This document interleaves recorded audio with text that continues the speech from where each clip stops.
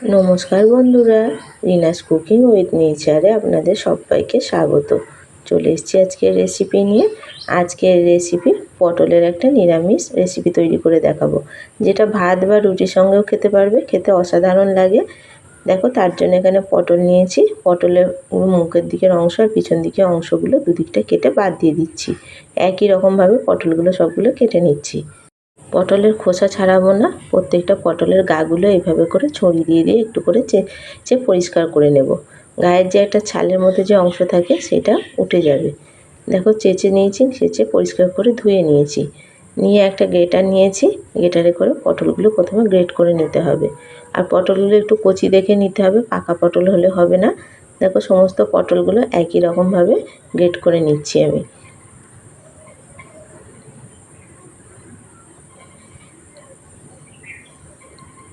সব পটলগুলো গ্রেট করা হয়ে গেছে। এর মধ্যে দিচ্ছি পরিমাণ মতো নুন। নুন দিয়ে পটলটা খুব ভালো করে মাখিয়ে নেব। এটা মাখিয়ে এবার 2 থেকে 3 মিনিট মতো রেখে দিচ্ছি।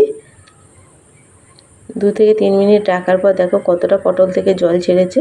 এই পটলের জলটা এইভাবে করে চিপে চিপে বার করে দিয়ে শুধু পটলের যে শাঁস অংশটা আছে সেটা নিয়ে নিতে হবে। দেখো, জলটা চিপে ফেলে দিয়ে এইরকমভাবে সমস্তটাই তুলে নিচ্ছি। কতটা জল বেরিয়েছে খালি দেখো। এখানে দেখো কিছুটা বাদাম নিয়েছি, বাদামগুলো একটু গুঁড়ো করে নেব। মিক্সিতে গুঁড়ো করব না, মিক্সিতে গুঁড়ো করলে একদম গুঁড়ো হয়ে যাবে। এইভাবে করে গুঁড়ো করে নিতে হবে, যেন আধ ভাঙা হয়ে থাকে। যে পটলটা নিয়েছিলাম, পটলের মধ্যে বাদাম গুঁড়োটা ঢেলে দিলাম। এক টুকরো আদা নিয়েছি, আদাটাও একটুখানি গ্রেট করে এর মধ্যে দিয়ে দিচ্ছি। তোমরা আদা বেটেও দিতে পারো, আমি এখানে গ্রেট করে আদাটা দিলাম। এর মধ্যে এবার দিচ্ছি একটা আলু সিদ্ধ। আমি আগে থেকে আলুটা সিদ্ধ করে রেখেছিলাম, আলু সিদ্ধটা দিয়ে দিচ্ছি। এর মধ্যে একটাই আলু দিতে হবে, বেশি দেওয়া যাবে না।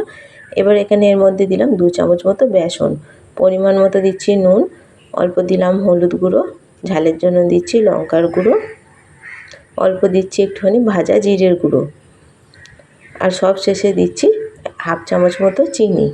সব কিছু একসঙ্গে খুব ভালো করে মেখে নিতে হবে, জল ছাড়া খুব ভালো করে এটা একসঙ্গে সব মেখে নিতে হবে। জল ছাড়া খুব ভালো করে এটা দেখো আস্তে আস্তে মেখে নিলে একটা ডোয়ের আকারে তৈরি হয়ে যাবে।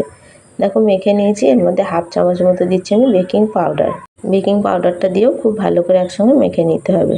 তো সব কিছু খুব ভালো করে মেখে নিয়েছি। একটা মশলা তৈরি করে নেব। মশলার জন্য একটা বড় সাইজের টমেটো নিয়েছি, ওর মধ্যে দিলাম 1 চামচ মতো চার মগজ, অল্প একটু আদার টুকরা, 2টো শুকনো লঙ্কা। সব কিছু খুব ভালো করে একটা পেস্ট তৈরি করে নেব। এখানে কড়া বসিয়ে দিয়েছি, কড়ার মধ্যে দিলাম পরিমাণ মতো সাদা তেল।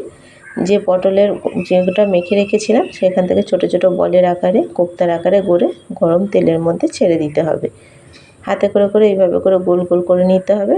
আর এইভাবে দেখো বলের আকারে করে নিয়ে আমি কোপ্তাগুলো ছেড়ে দিচ্ছি। আমার রেসিপিগুলো তোমাদের কেমন লাগে কমেন্ট করে অবশ্যই জানাবে। রেসিপিগুলো ভালো লাগলে একটা লাইক কমেন্ট শেয়ার করো। তোমাদের একটা লাইক কমেন্ট শেয়ার আমাকে অনেক দূর পর্যন্ত এগিয়ে নিয়ে যেতে সাহায্য করে।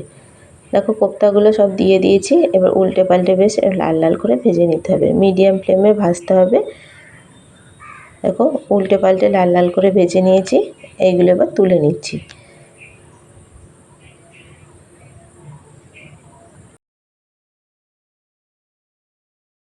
একই রকমভাবে বাকি কোপ্তাগুলো ভেজে নেব। পটলের তরকারি তো আমরা অনেক রকমভাবে খেয়ে থাকি, এইভাবে একবার পটলের কোপ্তা কারিটা বানিয়ে খেয়ে দেখো, খেতে অসাধারণ লাগে। যে কোনো নিরামিষ দিনে বানাতে পারবে।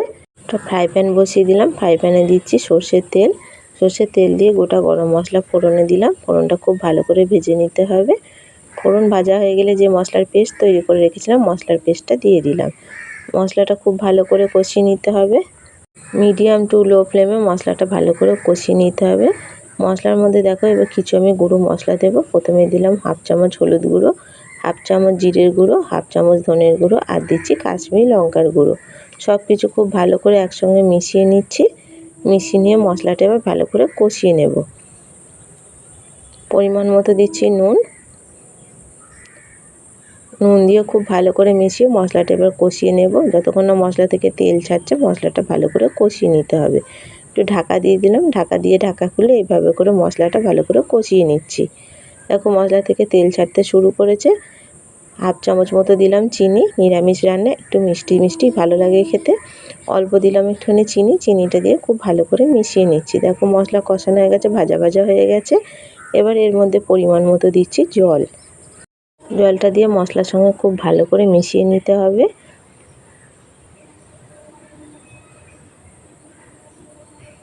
ঢাকা দিয়ে দিচ্ছি। ঢাকা দিয়ে গ্রেভিটা ফুটতে দেবো। গ্রেভি ফুটতে শুরু করেছে, ঢাকাটা খুলে নিলাম। ভেজে রাখা কোপ্তাগুলো এক এক করে দিয়ে দিচ্ছি। সমস্ত কোপ্তাগুলো দিয়ে দিলাম, দিয়ে আবারও ঢাকা দিয়ে দিলাম। ঢাকা দিয়ে এবার 2 মিনিট খুব ভালো করে কোপ্তার সঙ্গে গ্রেভিটা ফুটিয়ে নেব। ঢাকাটা আবার খুলে নিলাম। গ্রেভিটা কতটা ঘন হয়ে গেছে। এটা আর ফোটানোর দরকার নেই। নামানোর আগে হাফ চামচ মতো ঘি দিলাম। ঘি দিয়ে খুব ভালো করে মিশিয়ে দিচ্ছি। দেখো পটলের কোপ্তা কারি পরিবেশনের জন্য একদম রেডি হয়ে গেছে। ঘি দিয়ে 2 মিনিট ঢাকা দিয়ে রাখলাম। গ্যাসের ফ্লেম অফ করে দিয়েছি। দেখো ঢাকা খুলে ওপর দিয়ে অল্প একটুখানি ধনেপাতা কুচি ছড়িয়ে দিচ্ছি। দেখতে যেমন সুন্দর হয়েছে, খেতেও কিন্তু ততটাই ভালো হয়। রেসিপিটা কেমন লাগলো কমেন্ট করে অবশ্যই জানাবে। ভালো লাগলে একটা লাইক কমেন্ট শেয়ার করো। আর চ্যানেলে নতুন বন্ধু হয়ে থাকলে চ্যানেলটা সাবস্ক্রাইব করার অনুরোধ রইল। পাশে থাকা বেল আইকনটা অবশ্যই প্রেস করে দেবে। আমার চ্যানেলে নিত্য নতুন ভিডিও দিলে ভিডিও নোটিফিকেশান সবার আগে তোমাদের কাছে পৌঁছে যাবে।